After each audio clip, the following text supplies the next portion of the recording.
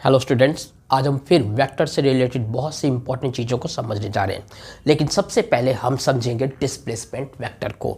Displacement vector को हम समझेंगे पोजीशन वेक्टर की हेल्प से। तो डिस्प्लेसमेंट वेक्टर को समझने के लिए पोजीशन वेक्टर की हेल्प लेनी ही पड़ती है। तो देखिए, consider the motion of an object in x y plane with origin at O. मान लीजिए आपको एक एक्स वाई प्लेन दिया गया है जिसका ओरिजिन ओ है। इस एक्स वाई प्लेन पे एक ऑब्जेक्ट है किसी टाइम टी पर। किसी टाइम टी पर उस ऑब्जेक्ट की जो पोजीशन है वो पोजीशन पॉइंट ए पर है। अब हम क्या करते हैं, पॉइंट ए पर एरो बनाते हुए इस पॉइंट को ओरिजिन ओ से मिला देते हैं। तो इस प्रकार हमें एक वेक्टर मिलता है, वो वेक्टर है ओ ए, जिसका इनिशियल पॉइंट है ओ और फाइनल पॉइंट है ए। और ये जो ओ है इसकी टेल है या स्टार्टिंग पॉइंट है और ए इसका हेड है। तो ये जो हमें वेक्टर मिला ये वेक्टर ओ ए है और ये वेक्टर एक प्रकार से पोजीशन वेक्टर है ऑब्जेक्ट का, जो ये बता रहा है कि ऑब्जेक्ट की पोजीशन पॉइंट ए पर है। और किसी भी पोजीशन वेक्टर को हम वेक्टर आर स्मॉल लेटर में इस तरीके से वेक्टर आर से इंडिकेट करते हैं पोजीशन वेक्टर को। तो अगर हम इसे वेक्टर आर से इंडिकेट करेंगे तो इसे हम आर डैश से इंडिकेट कर सकते हैं इस तरीके से। ये अगर वेक्टर आर है तो इसे आप वेक्टर आर डैश कह सकते हो। अब देखिए, ये जो वेक्टर ओ बी दिख रहा है आपको, ये कैसे हमें गेट हुआ। तो टाइम टी डैश पे किसी ऑब्जेक्ट की पोजीशन पॉइंट ए पर थी। अब समझ लीजिए टाइम तो क्या होता है, इंक्रीज होता रहता है, पास होता रहता है। तो जैसे ही टाइम टी से टी डैश हुआ, आफ्टर सम टाइम टाइम कुछ इंक्रीज हुआ, तो वो जो इंक्रीज हुआ टाइम उसको हम लेट कर लेते हैं कि वो टी डैश टाइम है। तो जब टाइम टी डैश हुआ तब ऑब्जेक्ट ए से बी पर आ गया। ऑब्जेक्ट ए से बी पर आ गया तो ऑब्जेक्ट की पोजीशन इस समय पॉइंट बी हो गई। पॉइंट बी ऑब्जेक्ट की पोजीशन हो गई।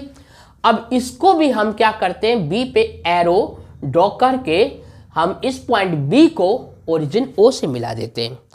तो इस प्रकार जो हमें वेक्टर मिला वेक्टर ओ बी, इस वेक्टर ओ बी का इनिशियल पॉइंट ओ है और ये जो बी है ये इसका फाइनल पॉइंट है जिसको हम हेड बोलेंगे। ये वेक्टर ओ बी का हेड है और ये वेक्टर ओ बी का टेल है। तो हमें दो पोजीशन वेक्टर मिल गए, एक तो पोजीशन वेक्टर ओ ए मिला, दूसरा पोजीशन वेक्टर ओ बी मिला। अब हम क्या करते हैं, पहले ऑब्जेक्ट की जो इनिशियल पोजीशन थी ए, उस इनिशियल पोजीशन को वेक्टर की जो ऑब्जेक्ट की जो फाइनल पोजीशन थी बी, उससे हम इसे मिला देते हैं। ठीक है, तो ऑब्जेक्ट ए पे था, बी पे पहुंच गया। हमने क्या किया, पॉइंट ए को पॉइंट बी से मिला दिया और बी पे एक एरो ड्रॉ कर दिया।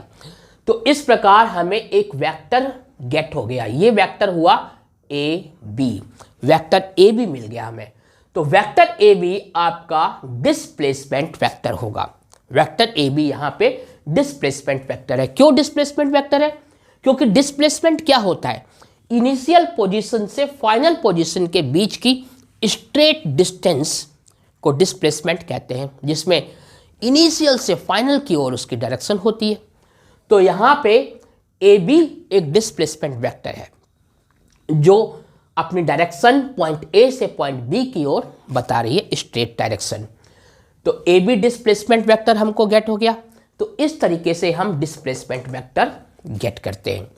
तो ये डिस्प्लेसमेंट वेक्टर को गेट करने का एक मेथड है। अब इसको यहाँ पे पोजीशन वेक्टर और डिस्प्लेसमेंट वेक्टर को मैंने थोड़ा थियोरेटिकली एक्सप्लेन किया है। तो देखिए, consider the motion of an object in x y plane with origin at O. मान लीजिए एक ऑब्जेक्ट मोशन में है एक्स वाई प्लेन जिसका ओरिजिन ओ है, उस एक्स वाई प्लेन में एक ऑब्जेक्ट मोशन में है और let at any time T, मान लीजिए किसी टाइम टी पर the object be at point A, किसी टाइम टी पर ऑब्जेक्ट की पोजीशन ए पर है। If we draw an arrow with its tail at point O and head at point A, then vector OA is called position vector of the object at point A. तो ऐसी condition में अगर हम क्या करेंगे, O को A से मिला देंगे और A पे एरो ड्रॉ करेंगे तो A हेड हो जाएगा, B टेल हो जाएगा और इस तरीके से हमें वेक्टर OA गेट होगा और ये वेक्टर OA क्या कहलाएगा, position vector, position vector of the object eight point A। इसे हम position vector of the object eight point A कहेंगे and is generally represented by vector R और इसे वेक्टर R के द्वारा रिप्रेजेंट किया जाता है। The position vector vector OA of the object at a point provides two important information। ये जो पोजीशन वेक्टर है वेक्टर OA जो एक ऑब्जेक्ट की पोजीशन बता रहा है पॉइंट A पे, ये हमें दो इंफॉर्मेशन देता है। कौन सी दो information?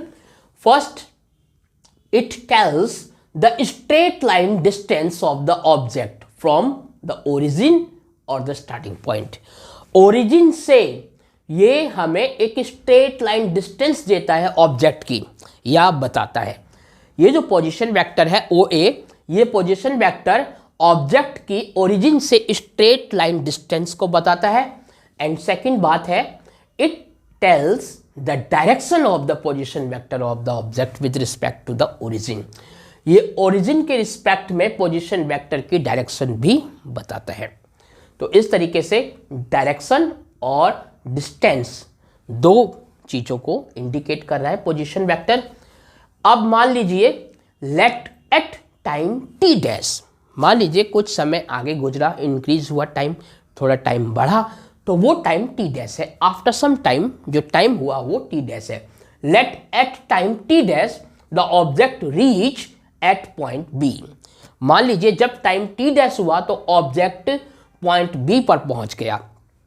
Then vector OB is the position vector of the object at time T dash. तो वेक्टर OB ऑब्जेक्ट का पोजीशन वेक्टर होगा जब टाइम टी डैश है। Here vector AB where tail और initial position is at A and head और tip is at B is called the displacement vector of the object in time interval T dash minus T। यानी T से लेकर T dash का जो time है उस time interval में ये जो वेक्टर AB है, जो आपको यहाँ दिखाई दे रहा है ग्रीन कलर का, A से B तक वेक्टर AB, ये वेक्टर AB आपका डिस्प्लेसमेंट वेक्टर होगा। अब देखिए, if coordinates of point A, अगर पॉइंट A के कोऑर्डिनेट्स x, y है and coordinates of point B और पॉइंट B के coordinates x dash y dash है, देन पोजीशन वेक्टर OA, तो OA जो पोजीशन वेक्टर है वो बन जाएगा xi cap plus yj cap, क्योंकि A का जो पॉइंट है वो x, y है, तो xi cap plus yj cap. इस तरीके से position vector vector OA position vector जो है वो xi cap plus yj cap लिखा जाएगा और पोजीशन वेक्टर वेक्टर OB को लिखेंगे हम x dash i cap plus y dash j cap, क्योंकि हमने B के जो कोऑर्डिनेट्स माने हैं वो x डैश y डैश माने हैं। तो इस तरीके से दो पोजीशन वेक्टर आपको गेट हो गए। तो डिस्प्लेसमेंट वेक्टर जो AB है वो डिस्प्लेसमेंट वेक्टर कैसे निकालोगे? आप क्या करोगे, वेक्टर OB में से वेक्टर OA को माइनस कर दोगे, यानी कि we have to get the difference of vector OA and vector AB। इन दोनों वेक्टर्स का डिफरेंस निकालेंगे। डिफरेंस निकालेंगे तो कैसे निकालेंगे? वेक्टर OB में से वेक्टर OA को माइनस करेंगे। तो वेक्टर OB क्या है? x dash i cap plus y dash j cap और वेक्टर OA है x i cap plus y j cap. अब आप सब्ट्रैक्ट कर रहे हो तो x i कैप नेगेटिव हो गया और y j कैप नेगेटिव हो गया, तो x dash i cap minus x i cap ये हम यहाँ लिख देंगे। इसी तरीके से y dash j cap minus y j cap, ये चीज़ यहाँ आ जाएगी। और x dash i cap minus x i cap, इन दोनों में आई कैप कॉमन है तो आई कैप को हमने बाहर निकाल लिया, तो अंदर आ गया x dash minus x, plus इसी तरीके से यहाँ जे कैप कॉमन है तो हमने जे कैप को बाहर ले लिया, तो अंदर आ गया वाई डैश माइनस वाई। तो ये मेथड था डिस्प्लेसमेंट वेक्टर को फाइंड करने का। ये डिस्प्लेसमेंट वेक्टर हमने तब निकाला जब कोई ऑब्जेक्ट एक्स वाई प्लेन में था और आफ्टर सम टाइम उसकी पोजीशन चेंज हो गई, वो किसी दूसरे पॉइंट पर रीच कर गया, किसी दूसरे पॉइंट पर पहुंचा। अब यही डिस्प्लेसमेंट वेक्टर हम तब निकाल सकते हैं जब कोई ऑब्जेक्ट स्पेस में हो। कोई ऑब्जेक्ट स्पेस में है तो थोड़ा सा फर्क आ जाएगा कि आपके जो पॉइंट है उसमें x, y, z भी आ जाएगा। और जब z आ जाएगा तो आपका जो पोजीशन वेक्टर बनेगा OA, वो xi cap plus yj cap plus zk cap, तो zk कैप बन जाएगा। और पोजीशन वेक्टर जो वेक्टर OB है वो बन जाएगा x dash i cap plus y dash J cap plus z dash के कैप, इस तरीके से। और फिर आप डिफरेंस निकाल लोगे इन दोनों पोजीशन वेक्टर्स का, तो आपके पास डिस्प्लेसमेंट वेक्टर AB आ जाएगा जब कोई ऑब्जेक्ट स्पेस पे है। आइए अब वेक्टर का एक बहुत इंपॉर्टेंट टॉपिक समझने की कोशिश करते हैं, और वो है shifting of vectors. Shifting of vectors की जब हम बात करते हैं तो एक्चुअली हमारा मतलब होता है कि हम पैरेलल शिफ्टिंग ऑफ वेक्टर्स की बात कर रहे हैं।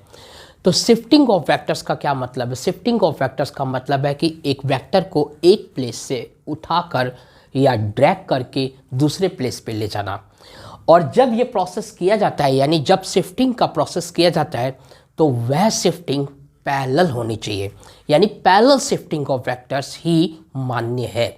और पैरेलल बोलने का क्या अर्थ है? तो पैरेलल बोलने का अर्थ है कि वेक्टर का मैग्नीट्यूड और डायरेक्शन दोनों सेम रहनी चाहिए।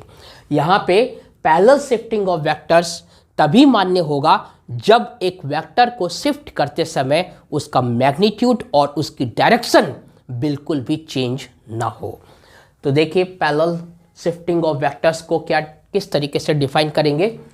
Parallel shift means changing the position of a vector from one place to another without changing its direction and magnitude। तो ये तरीका है पैरेलल शिफ्टिंग ऑफ वेक्टर्स का। अब पैरेलल शिफ्टिंग ऑफ वेक्टर्स को समझने के लिए कुछ एग्जांपल्स लेते हैं। सपोज ये एक ऑब्जेक्ट हमने ले लिया और ये ऑब्जेक्ट वुडन ब्लॉक है। इस ऑब्जेक्ट पे पॉइंट A और पॉइंट B, दो पॉइंट्स हैं।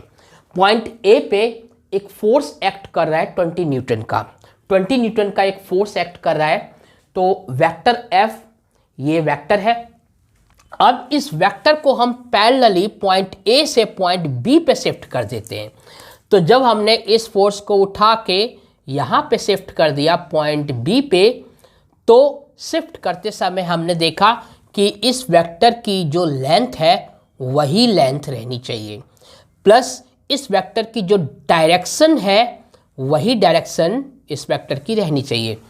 तो ये वेक्टर F पॉइंट B पे एक्ट करने लगा और इसका मैग्नीट्यूड 20 न्यूटन था, तो इसका मैग्नीट्यूड 20 न्यूटन ही रहना चाहिए। तो अब F पर फोर्स एक्ट नहीं कर रहा है 20 न्यूटन का, अब ये फोर्स एक्ट कर रहा है कहाँ पे? पॉइंट B पे। तो अगर किसी ऑब्जेक्ट पे पैरेलल शिफ्टिंग की जाती है किसी वेक्टर की, तो हमें ये ध्यान रखना होता है कि वो जो शिफ्टिंग है ऑब्जेक्ट पे ही हो, ऑब्जेक्ट से बाहर ना हो। तो वो ऑब्जेक्ट पे ही शिफ्टिंग होनी चाहिए। तो ऑब्जेक्ट पे अगर शिफ्टिंग हो रही है तो ऑब्जेक्ट पर ही शिफ्टिंग होनी चाहिए। अब देखिए कुछ और एग्जांपल्स लेते हैं। तो आप पैरेलल शिफ्टिंग की अगर हम बात कर लें तो पैरेलल लाइंस को समझ लीजिए। जैसे ये एक लाइन है L, अब ये दूसरी लाइन है, दूसरी लाइन थोड़ी पैरेलल अच्छे से बना देता हूँ। ये दूसरी लाइन है मान लीजिए M, तो लाइन L यहाँ पे पैरेलल होगी लाइन M के। और parallel lines, two lines parallel तब होती हैं जब उन दोनों लाइन के बीच की डिस्टेंस एवरी पॉइंट पे सेम रहे। सपोज इसकी डिस्टेंस इतनी है इस पॉइंट पे, दूसरे पॉइंट पे भी इतनी होगी, तीसरे पॉइंट पे भी इतनी होगी, आगे नेक्स्ट पॉइंट पे भी इतनी होगी। यहाँ पे क्योंकि ये हाथ से ड्रॉ किया है तो थोड़ा 19-20 का फर्क आ जाता है। तो एकदम सेम डिस्टेंस रहनी चाहिए।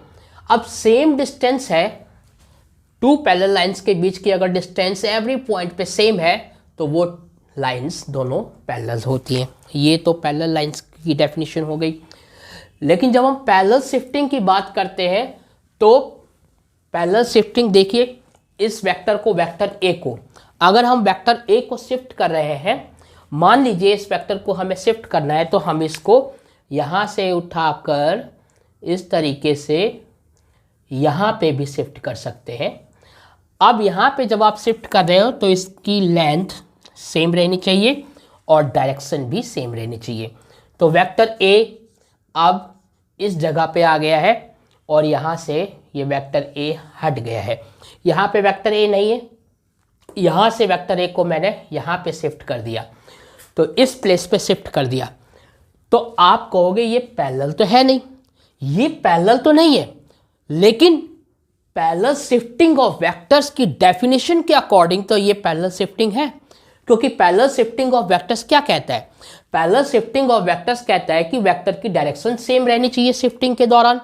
तो शिफ्टिंग के जब ये शिफ्टिंग हमने इस प्लेस से इस प्लेस पे की तो इसकी डायरेक्शन जो थी वही डायरेक्शन इसकी है, और दोनों यानी कि वेक्टर का एक प्लेस से दूसरे प्लेस पे ले जाते समय मैग्नीट्यूड सेम रहना चाहिए। वेक्टर तो वही है, दो वेक्टर नहीं है, वेक्टर एक ही है। तो वेक्टर ए का जो मैग्नीट्यूड यहाँ पे था, जब हमने इसको उठा के यहाँ पे रखा तब भी उसका वही मैग्नीट्यूड है। तो दोनों कंडीशन फॉलो हो रही है, तो इसका अर्थ है कि ये पैरेलल शिफ्टिंग ऑफ वेक्टर है। तो इसी को ही parallel shifting of a vector कहेंगे। तो ये इस तरीके से भी पैरेलल शिफ्टिंग हो सकती है। अब ये सेकंड नंबर पे वेक्टर बी है। वेक्टर बी है तो इसका भी हम पैरेलल शिफ्टिंग, मान लो हमें इस जगह करना है तो हम यहाँ पे इस वेक्टर बी को शिफ्ट कर देते हैं, तो ये वेक्टर बी बन गया। अब वेक्टर बी इस प्लेस को छोड़ चुका है, यहाँ पे कोई वेक्टर नहीं है और वेक्टर बी इस जगह पे आ गया। तो जब हमने इसको शिफ्ट किया तो हमने ये ध्यान रखा कि इसकी जो डायरेक्शन थी इसको उसी डायरेक्शन में शिफ्ट करना है, यानी डायरेक्शन सेम रहनी चाहिए वेक्टर की, और जो मैग्नीट्यूड वेक्टर का था वही मैग्नीट्यूड इसका भी होना चाहिए। तो ये वेक्टर बी यहाँ पे था, लेकिन अब ये वेक्टर बी इस प्लेस पे आ चुका है, तो वेक्टर बी शिफ्ट हो गया इस जगह। अब वेक्टर बी इधर नहीं है, यहाँ पे एक्ट नहीं कर रहा, इस जगह पे आ गया। इसी तरीके से वेक्टर सी आपका, अब वेक्टर सी को आप पैरेलली आप किसी और पॉइंट पे शिफ्ट कर सकते हो। मान लो आपने यहाँ वेक्टर सी शिफ्ट कर दिया। अब जब आपने यहाँ वेक्टर सी शिफ्ट कर दिया तो वेक्टर सी इधर आ गया और इधर से वेक्टर सी हट गया। वेक्टर डी को आप पैरेलली डाउनवर्ड डायरेक्शन में भी शिफ्ट कर सकते हो। तो आपने वेक्टर डी इधर शिफ्ट कर दिया, ये आपका वेक्टर डी बन गया और यहाँ से वेक्टर डी चला गया। इसी तरीके से अब जब आपने डाउनवर्ड डायरेक्शन में इसको शिफ्ट किया है तो पैरेलली शिफ्ट किया है, और जो डायरेक्शन वेक्टर डी की इस वेक्टर डी की है वही डायरेक्शन इस भी वेक्टर डी की है, यानी यही vector D same to same यहाँ पे आ गया है और ये प्लेस इसने छोड़ दिया है। देखिए वेक्टर ई को भी आप इस तरीके से डाउनवर्ड डायरेक्शन में शिफ्ट कर सकते हो। आपने वेक्टर ई को शिफ्ट कर दिया, ये वेक्टर ई इस जगह आ गया, इस जगह को छोड़ के ये पैरेलली शिफ्ट है। ठीक है, अब वेक्टर एफ, इसको आप इस तरीके से यहाँ पे आपने वेक्टर एफ को शिफ्ट कर दिया। तो वेक्टर एफ को देखिए, वेक्टर एफ को आप इधर शिफ्ट कर देते हो तो ये शिफ्टिंग हो गई वेक्टर एफ की। वेक्टर एफ यहाँ से इस जगह शिफ्ट हो गया। अब यहाँ पे वेक्टर एफ नहीं है, प्रेजेंट नहीं है, यहाँ पे वेक्टर एफ आ गया। वेक्टर एफ को इस तरीके से शिफ्ट किया है आपने। अब समझते हैं resultant of two given vectors. दो गिवन वेक्टर्स का रिजल्टेंट कैसे निकालते हैं। तो देखिए, सपोज कीजिए आपको एक वेक्टर p गिवन है और दूसरा वेक्टर Q गिवन है। वेक्टर P और वेक्टर Q आपको गिवन है। अब आपको क्या करना है, वेक्टर P और वेक्टर Q का रिजल्टेंट फाइंड करना है। तो आप क्या करोगे, वेक्टर Q को शिफ्ट करोगे, वेक्टर Q को इस तरीके से शिफ्ट करोगे कि वेक्टर Q का, ये ध्यान रखिए कि वेक्टर P आपका फर्स्ट वेक्टर है और सेकंड वेक्टर वेक्टर Q है।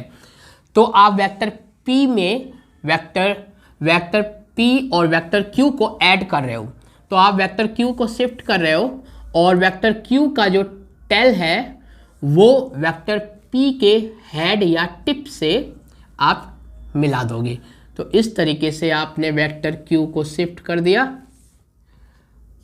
वेक्टर Q को, और यहाँ से वेक्टर Q अब हट चुका है, यहाँ से वेक्टर Q हट गया और वेक्टर Q इस प्लेस पे आ गया।